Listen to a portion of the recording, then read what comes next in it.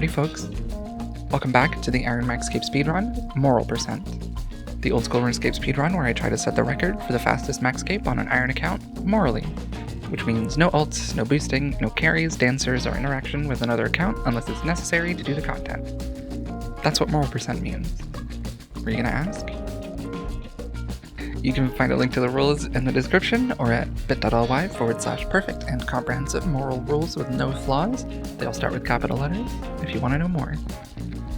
Last episode, we clicked some granite for some mining XP, killed a big ghost on New Content Island, crafted a bunch of glass for some thieving XP, and made our way to Giant's Foundry to get 60 smithing so that I could do the Fremennik Hard Diary, which is where we start today.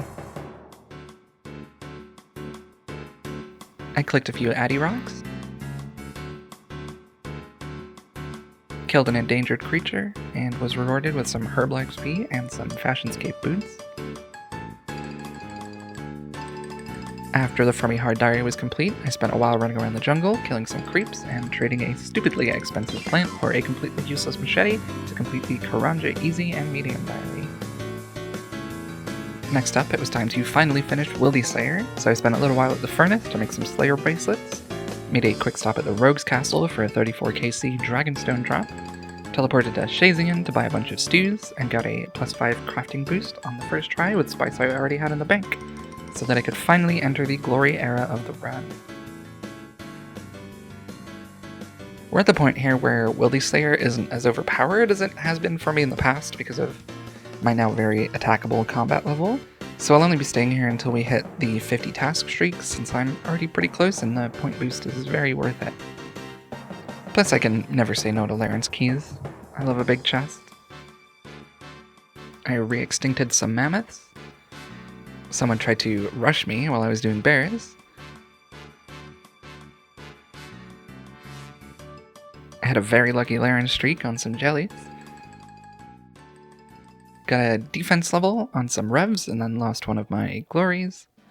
Then I went off to Loraniel's big chest to make a little money back and managed to get the second best hat in the game. Friendship with Brudu Mask is over. Dagenhai Hat is my new best friend.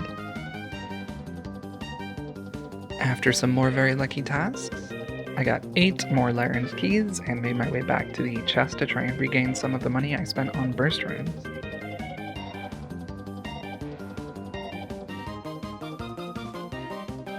I didn't get super lucky on these, but I got 2 magic log drops, so I'm set for some really good birdhouse runs for a while at least.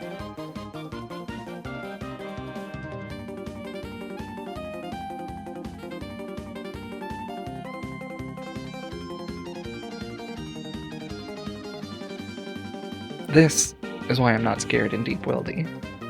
Every single one of them clicked the door trying to get in. Imagine rolling 4 people deep and not bringing a lockpick.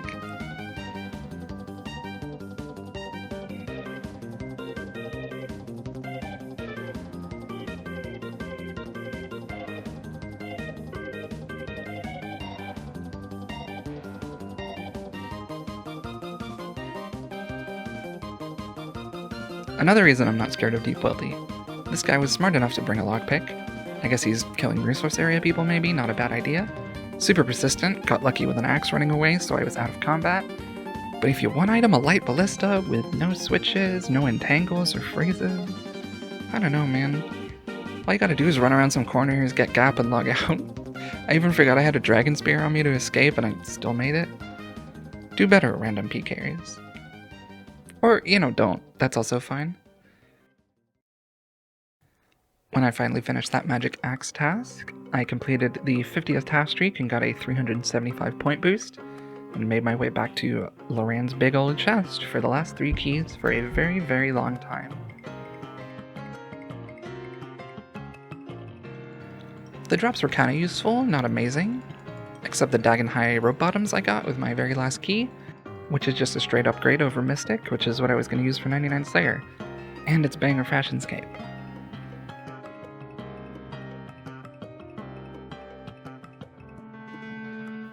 With Wildy Slayer out of the way, and given that I wasn't 85 combat yet for Neve Slayer, it was time to train some combat levels, while also gathering supplies that'll be incredibly useful for future skills.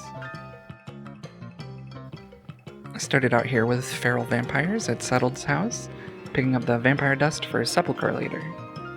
If this seems weird to you, I get it. It doesn't seem efficient, but you use the ash to pass barriers in Sepulchre, which lets you loot some of the chests. That means that each one of these ashes is not only getting me combat XP, but also herblore XP from the seeds and herbs, magic and slayer XP from the runes, GP from all the alchs, and prayer XP that you get for passing the barriers. If you're wondering why I don't just unlock vampires as a slayer task and get the slayer helm bonus when I have that to speed it up, I thought the same thing too at first. It seems like a no-brainer. But we're at the point in the run where we need combat levels to do some very important quests that are coming up, and I'm not 85 combat, so non-wieldy slayer is just Teriel skipping in Konar, which at my slayer level and with my available teleports, sucks pretty hard. Plus you're never going to get assigned enough vampires to get enough dust for 99 agility, and if you do it without ashes, in my run anyway, you probably can't afford a Maxcape, never mind the things you need to buy to get the levels. So instead of putting it off, hoping that higher combats or an inconsistent DPS boost would help you do it faster, you do it early. Use the time you have to spend anyway to your advantage, giving you higher levels for when you do get to Slayer again. It's easy.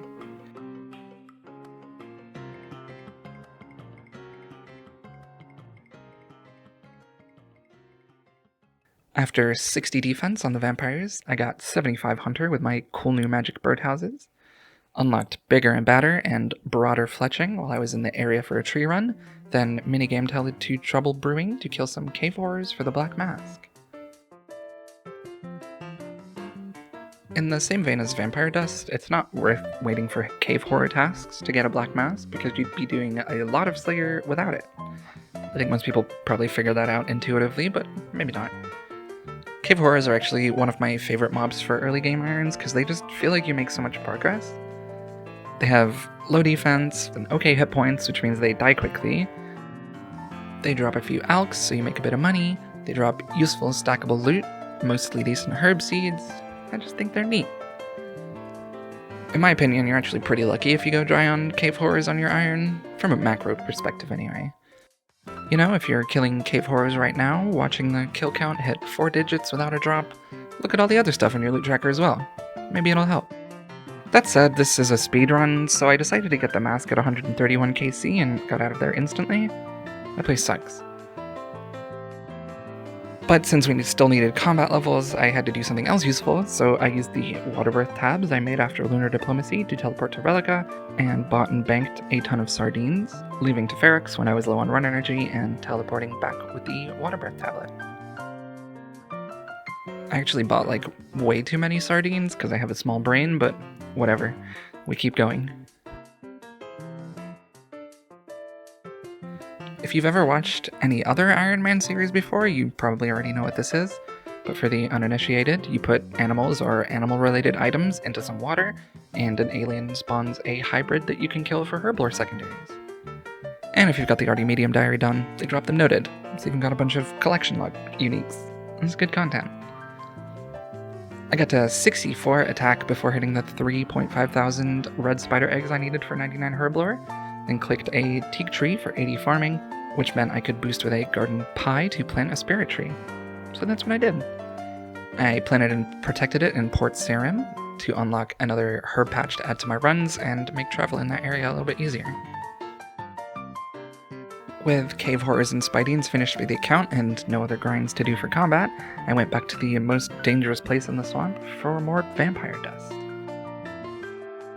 I left early the first time I was here because it made more sense for me to do the more annoying RNG things I needed first, on the lower stat creatures before killing another 1,000 vampires.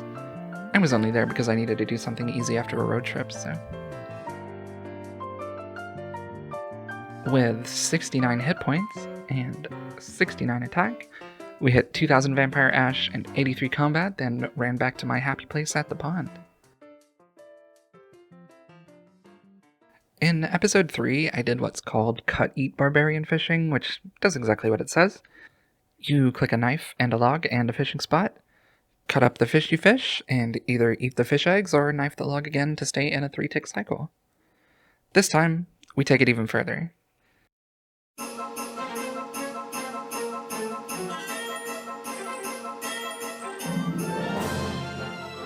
Decant Barblor is basically the same method as the one I just talked about, but you also use the caviar you get from cutting up sturgeon to make Barblorian mixes, which you then empty, decant a 4-dose potion into the vial to make a 2-dose, until you run out of potions, all while still knife logging and cutting and eating fish eggs.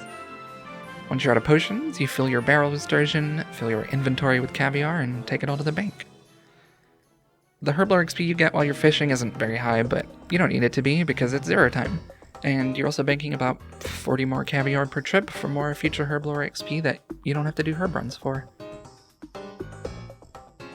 Most of the methods I've done so far, I've been pretty happy to say that you should give it a try because you might like it.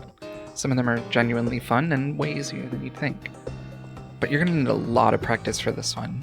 Maybe do some 3-tick granite and 2-tick swordfish before you test this one out.